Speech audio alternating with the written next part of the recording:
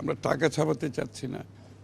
আরও এখন বড় প্রবলেম হচ্ছে আমাদের যে মধ্যপ্রাচ্যে যে যুদ্ধ হচ্ছে, এক্সট্রা অতিরিক্ত দামে আমাদের জ্বালানি কিনতে হচ্ছে।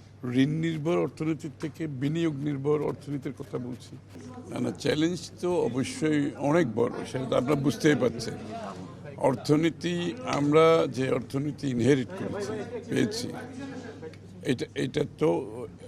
এই অর্থনৈতিক অবস্থাটা খুবই খারাপ অবস্থায় আমরা দায়িত্বটা নিয়েছি অর্থনীতির, এবং সেই জায়গা থেকে প্রথমে আমাদের সেলভেজ করার একটা ইস্যু আছে।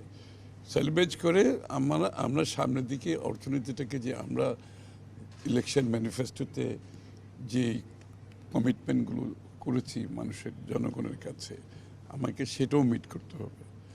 তো সুতরাং এখানে রিসোর্স মোবিলাইজেশন অত্যন্ত গুরুত্বপূর্ণ। আমরা যদি রিসোর্স মোবিলাইজেশন করতে না পারি, তাহলে আমরা কিভাবে এগুলো করব? একদিকে ইকোনমিকে সেলভেজ করতে হবে, আরেকদিকে আমাদের যে জনগণের কাছে দেওয়া আমাদের ম্যানিফেস্টো, সেটা বাস্তবায়ন করতে হবে। তার উপর আবার আরও এখন বড় প্রবলেম হচ্ছে আমাদের যে মধ্যপ্রাচ্যে যে যুদ্ধ হচ্ছে, এটা হচ্ছে আরেকটা বড় সমস্যা। এখানে আমাদের বড় একটা অংশ এখানে আমাদেরকে খরচ করতে হচ্ছে, এক্সট্রা অতিরিক্ত দামে আমাদের জ্বালানি কিনতে হচ্ছে, এটা আবার তার উপরে। সুতরাং একটা থ্রি ওয়ে চ্যালেঞ্জ আর কি, অনেক বড় চ্যালেঞ্জ। তো আমরা এই বিষয়গুলো আলাপ করেছি এতক্ষণ ধরে, কিভাবে রিসোর্স মোবিলাইজেশনের মাধ্যমে এই চ্যালেঞ্জগুলো আমরা মোকাবেলা করতে পারি।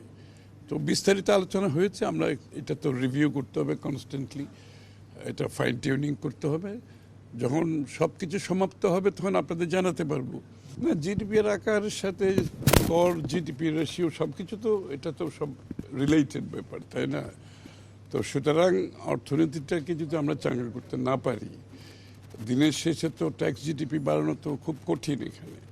তো আমাদের মূল হচ্ছে আমরা ঋণ নির্ভর অর্থনীতির থেকে বিনিয়োগ নির্ভর অর্থনীতির কথা বলছি। আমরা টাকা ছাপাতে চাচ্ছি না।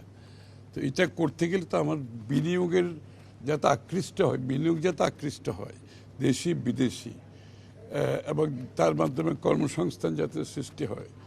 তো সেটাও মাথায় রেখে বাজেটটা করতে হবে, যাতে বিনিয়োগকারীরা বাংলাদেশের উপর আস্থা রাখতে পারে।